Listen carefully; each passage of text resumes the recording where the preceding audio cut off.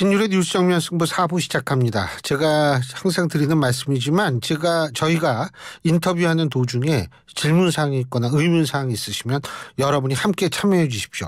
우물정 0945 샵 0945로 여러분이 질문한 사항 주시면 제가 대신 여쭤보는 그런 시간을 갖겠습니다. 짧은 문자 50원, 긴 문자 100원입니다. 자, 신율의 뉴스 정면 승부 4부는 좀 심각한 문제를 다뤄보려고 합니다. 우리나라의 자살률, 이게 지금 전 세계 OECD 국가 중에서도 상당히 이 자살률이 높은 것으로 알려지고 있는데요. 이런 이유에서 정부에서는 정신건강정책 전환을 위한 혁신 방안을 발표했다고 하는데 도대체 어떤 얘기인지 보건복지부 박민수 제2차관 연결해서 내용 자세히 알아보겠습니다. 박 차관님, 안녕하세요. 네, 안녕하십니까. 예, 지금 우리나라 자살률 얼마나 심각한 정도죠? 예, 방금 앵커께서 말씀하신 대로 OECD 국가 중에서 가장 높고요. 인구 10만 명당 자살률이 25.2명 이렇게 돼 있는데 이게 OECD 평균의 2배에 달하는 겁니다. 10대, 20대, 30대 사망에서 가장 큰 이유가 우리나라에서 자살이고요. 요거를 좀 알기 쉽게 설명해드리면 코로나19 때 사망자가 3만 2천 정도였는데 예. 같은 기간에 자살 사망자는 3만 9천. 그러니까 코로나보다 더 심각하고요. 작년 한 해 보면은 교통사고 사망자가 2,900명이었는데 자살 사망자는 12,900명 이렇게 해서 한 4배에서 5배 가까운 이런 수치로 나타납니다. 그 이유가 뭡니까? 예, 이건 여러 가지가 있는데 크게 3가지 정도로 요약을 할 수가 있습니다. 크게는 가장 많은 것이 이제 정신적 문제이고요. 우울, 불안, 공황 장애 이런 것들이 한 40% 되고요. 그다음에 이제 경제 문제인데 그게 한 24%. 그리고 한 육체적 질병 이런 부분들이 한 18% 이렇게 나타납니다. 근데 이제 여성과 남성을 구분해서 보면 여성은 전 연령대에서 정신 문제가 가장 자살의 중요한 원인이 되고 남성은 연령대에 따라서 조금씩 다른데요. 10대에서 30대는 이제 정신 문제가 가장 높고요. 30대에서 60대는 이제 경제 문제, 그리고 60대 이상은 신체적 질병 문제 이렇게 나타나고 있습니다. 지금 정신 문제라 하면 예를 들면 우울증 뭐 이런 거 말씀하시는 거예요? 그렇습니다. 우울증, 네. 불안, 공황장애, 조현병 뭐 이런 것들을 다 말씀드리는 겁니다. 이게 지금 젊은 세대에선 이게 가장 큰 원인이다. 그죠? 예, 그렇습니다. 청년 세대가 좀 특히 심각해지고 있는데 22년도에 우울증 진단을 받은 사람 숫자가 이제 100만 명이 넘어섰습니다. 예. 근데 이제 특히 20대를 보면은 2018년도에는 약 10만 명 정도였는데 이게 22년도에 20만 명, 그러니까 2배가 넘게 이렇게 증가를 했고요. 이렇게 3년 넘게 지속된 코로나19도 있었고, 그다음에 과도한 경쟁이나 성과주의도 있고, 특히 젊은 층은 비교 문화 이런 것들이 뭐 SNS 이런 걸 통해서 비교도 많이 되는 거, 그다음에 취창업의 어려움, 사업 실패, 주택 가격이 너무 이제 비싸서 결혼하기도 어려운 뭐 여러 가지 다양한 원인들이 있다고 보여집니다.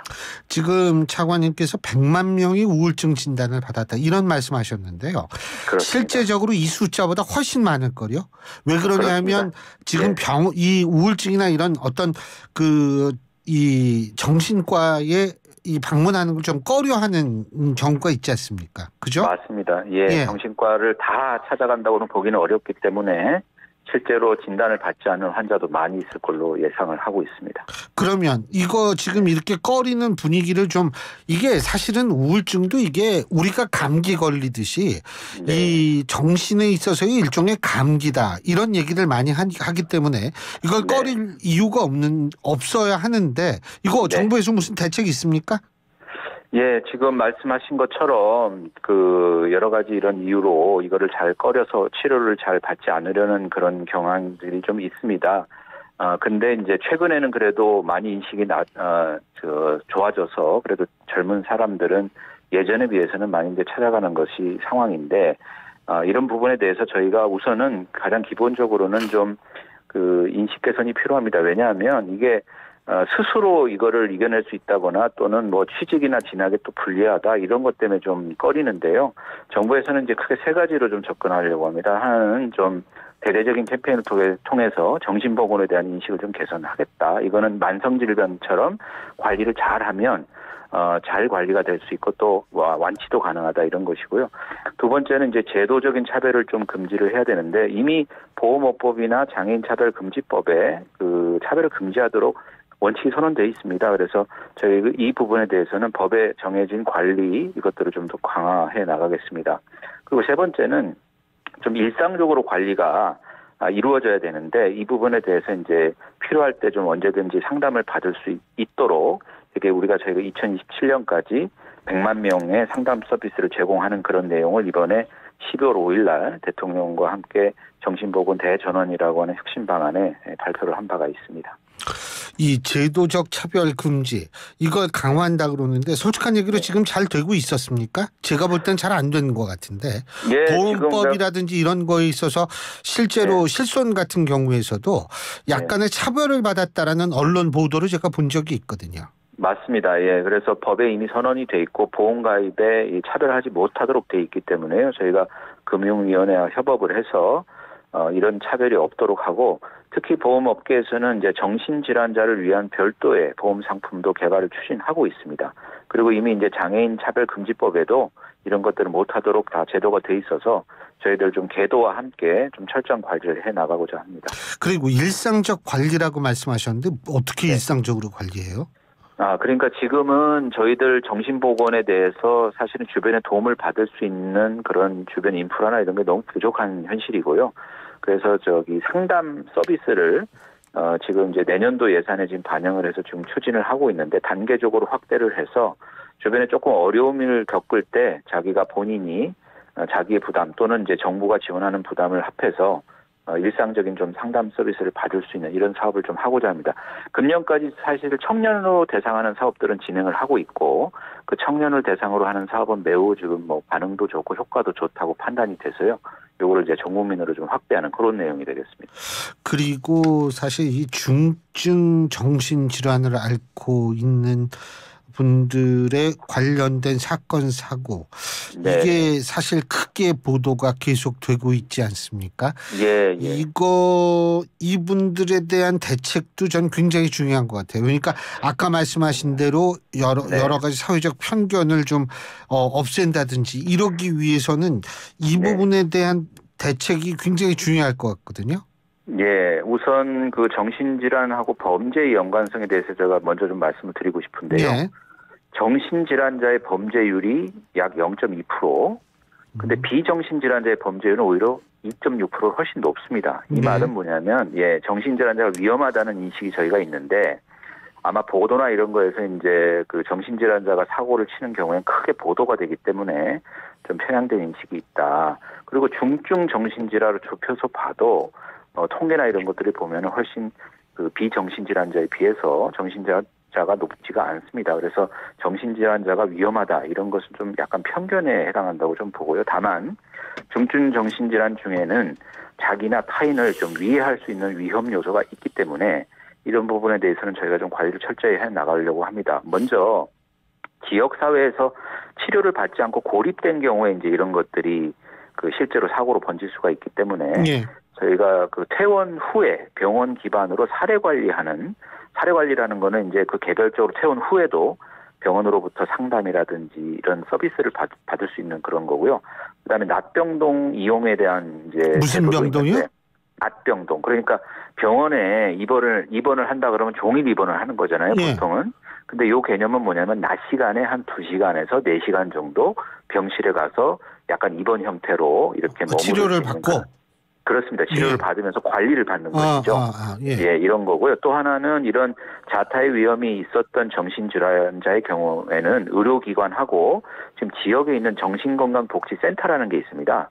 여기에서 주로 상담도 해주고 하는데 여기를 정보 연계를 좀 강화해서 지역사회에서 치료를 받지 않고 관리가 되지 않는 사람들이 없도록 이걸 좀 찾아내서 상담도 하고 또 치료를 권유하는 이런 절차를 진행을 합니다.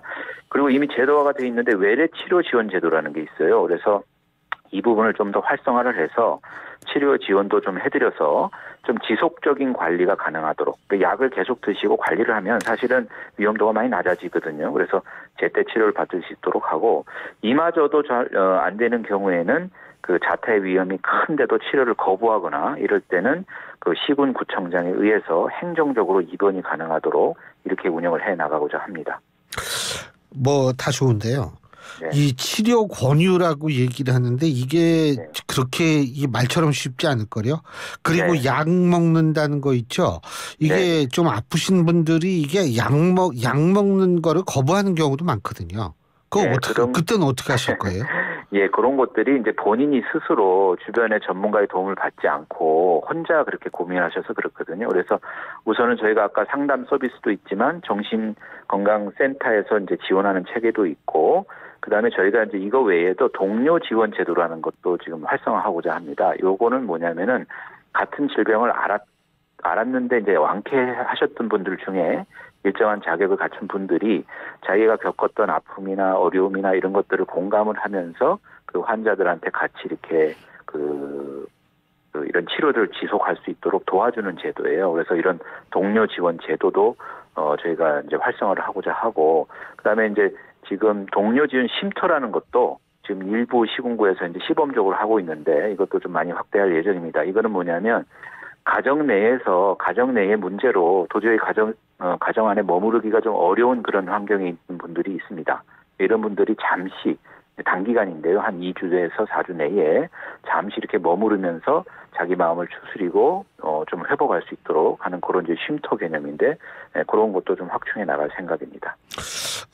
그리고 아까 이제 우울, 불안, 지금 우리는 이건 정신에 관한 문제를 얘기를 했고요. 네. 아까 경제적 이유로도 사실은 자살이 많다라고 얘기를 하지 않았습니까? 그렇습니다. 네. 그러면은 이 부분에 대해서도 일정 부분 좀 케어가 필요하지 않을까 이런 생각을 할 수밖에 없거든요. 예, 저희가 뭐 경제라는 거는 워낙 범위가 넓어서 그렇죠. 일자리서부터 사업 뭐 그런 것들이 있는데요. 전반적으로 이제 경제 정책도 같이 가져야 되지만 우선 본인의 이제 소득이나 이런 부분들에 굉장히 어려움을 겪는 경우들이 있을 수 있기 때문에 저희가 내년도에도 이런 사회적 약자를 위한 복지 정책도 함께 적극 추진 중입니다. 예를 들면 이제 생계급여 제도가 있는데 지금 지원 기준액을 아마 역대로 최고인데요. 13.16%를 인상을 했습니다. 그래서 아마 혜택을 받으시는 대상자 수나 급여액이 좀 많이 올라갈 걸로 보고 있고, 그다음에 노인 일자리 같은 경우도 지금 금년에 88만 하던 것을 내년에 103만 이렇게 해서 14만 7천 명 자리를 늘렸고, 그다음에 이제 최중증 발달 장애인에 대한 1:1 맞춤 돌봄 서비스 이런 것도 새롭게 만들어서 이렇게 좀 경제적으로 어려운 부분을 겪고 계신 분들이 좀 도움받을 수 있도록 그런 제도들을 하고 있고, 특히 가족 돌봄 청년에 대해서는 뭐 연 한 200만 원 정도 수준의 자기 돌봄비, 그다음에 이제 중장년에 대한 일상 돌봄 서비스를 제공하는 이런 새로운 이제 복지수혜에 대한 맞춤형 서비스 이런 것들도 개발을 해서 내년부터 시행할 예정입니다. 지금도 이 극단적인 결심을 한 분들을 좀 막기 위해서 생명의 전화 뭐 이런 것도 운영하고 있죠. 그렇습니다. 생명의 전화가 현재 1393 이렇게 운영이 되고 있고요. 1393이요. 예, 네. 요거는 이제 내년 1월 1일부터 109, 즉 109번으로 이제 번호가 바뀌게 됩니다. 그러니까 1393은 너무 길고 109. 예, 너무 길고 외우기가 어려워가지고 그래서 109니까 119에서 가운데 일자만 빼면 109가 되거든요. 그래서 그 109로 전화를 하면은 이런 그 자살 예방 상담을 받으실 수 있는 그런 체계로 좀 변화가 되고, 저희는 뭐 그 새로운 이제 젊은 계층의 정신 보건 문제가 많이 좀 어려워서 이 MZ 세대에 맞는 새로운 형태의 그 상담 서비스, 즉 비대면이나 SNS 뭐 이런 텍스트 다양한 방식으로 좀 상담 서비스를 제공하고자 하고요. 그 밖에도 이제 우리가 공립 정신 건강 포털이라는 게 있는데 여기 이제 모바일을 통해서 자가 진단도 할 수 있습니다. 근데 이런 것들도 찾기가 어려우니까 네이버나 카카오하고 협력을 해서 쉽게 찾을 수 있도록 이렇게 좀 할 계획이고요. 그다음에 이제 청년 마음 건강 센터 이런 것도 운영을 해서 청년들이 좀 쉽게 찾아갈 수 있게 그런 부분들도 저희가 지금 기획을 하고 있다는 말씀을 드립니다. 근데 사실 청소년들 같은 경우에는 특히 이제 극단적인 마음을 먹게 된 제가 지금 극단적인 마음을 먹는다 이런 표현을 쓰는 게 지금 언론에서도 극단적인 선택이라는 단어는 쓰지 말자라는 얘기가 나오기 때문에 제가 이제 극단적인 마음을 먹는다 이런 표현을 쓰는데 그 이유가 이게 사실 학교에서 예를 들면 왕따라든지 학교 폭력이라든지 이런 것 때문일 가능성도 높거든요. 그렇습니다. 학폭은 학폭이라 그래도 왕따 문제는 좀 이거는 굉장히 상담이 많이 필요할 것 같아요. 이거 따로 좀 이거는 좀 케어가 필요하지 않을까 이런 생각이 들거든요. 예, 맞습니다. 뭐 학폭, 그다음에 왕따 이런 학교 안에서 벌어지는 여러 가지 이제 문제들은 사실 우리 뭐 자살 정신보건 차원도 아니지만 교육부하고 그게 원인이 될 수 있죠. 그렇습니다. 저희가 이제 학생 저희가 보기에 예방을 강화하는 거에 가장 중요한 게 학령 연령대에 조기 발견을 해서 좀 신속하게 이제 그 서비스나 조치가 들어가면 완치가 가능하거나 또 크게 위험 안 할 수가 있거든요. 그래서 지금 이제 초등 4학년, 중학교 1학년, 고등학교 1학년 때 각각 이렇게 검진을 받도록 되어 있는데요. 요 이제 그 3년마다 한 번씩 하는 검진은 검진대로 하지만 특히 내가 좀 리스크가 높거나 이렇게 본인이 판단하거나 아니면 그 담임교사가 판단해서 리스크가 높은 경우에는 수시로 또 추가적인 이런 스크리닝을 받을 수 있도록 저희가 확대할 계획이고요. 누구한테 스크리닝을 받아요? 이게 전문가한테 스크리닝을 받는 겁니다. 이제 기본적인 설문도 받고 좀 심화 면접도 하면서 이 아이가 정서적인 또는 정신적인 어려움을 겪고 있는지 여부에 대해서 전문적으로 판단을 하는 것이고요. 그렇게 해서 판단이 되면 서비스들을 좀 받도록 권유를 하는데 지금 이제 학교 당국의 얘기를 들어보면 가장 걸림돌이 그렇게 이제 스크리닝을 해서 서비스가 필요합니다 얘기를 하면 학부모들이 반발을 한다는 거예요. 우리 아이가 왜 안 그런데 그러냐, 뭐 정신병 환자를 취급하느냐 이런 식의 반발을 하는데 이런 부분은 저희 국민들이 좀 인식이 바뀌어야 될 것 같습니다. 뭐냐면은 꼭 환자 아니라 이런 걸 떠나서 리스크가 높은 부분에 대해서는 사전에 도움을 받을 수 있도록 해주면 조기에 이것들을 막을 수가 있고 완치가 가능합니다. 오늘 말씀 여기까지 듣겠습니다. 고맙습니다. 네, 감사합니다. 지금까지 보건복지부 박민수 제2차관이었습니다.